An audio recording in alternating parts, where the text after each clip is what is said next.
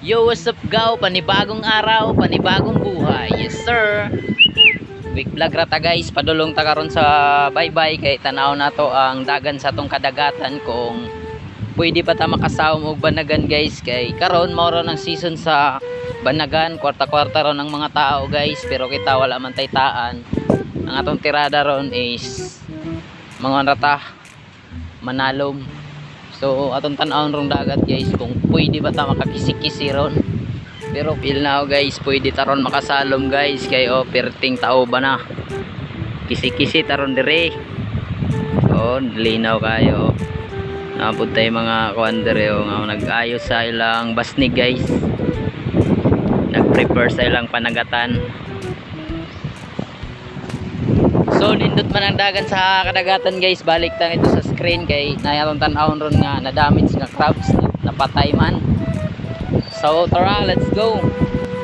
Alright guys, nanataron diri sa padulong na ta sa tong screen. Ang tulay ni nga bagtik nga pagkahimo.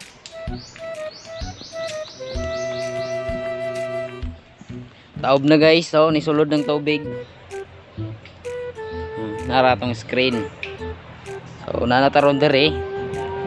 Tanaw na to. Ay na damage diri nga mga crabs guys, perting saya nga to oy.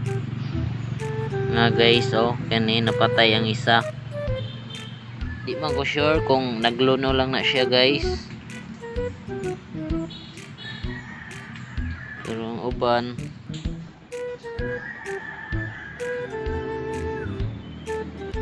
dapat isa guys mga nagtaon guys.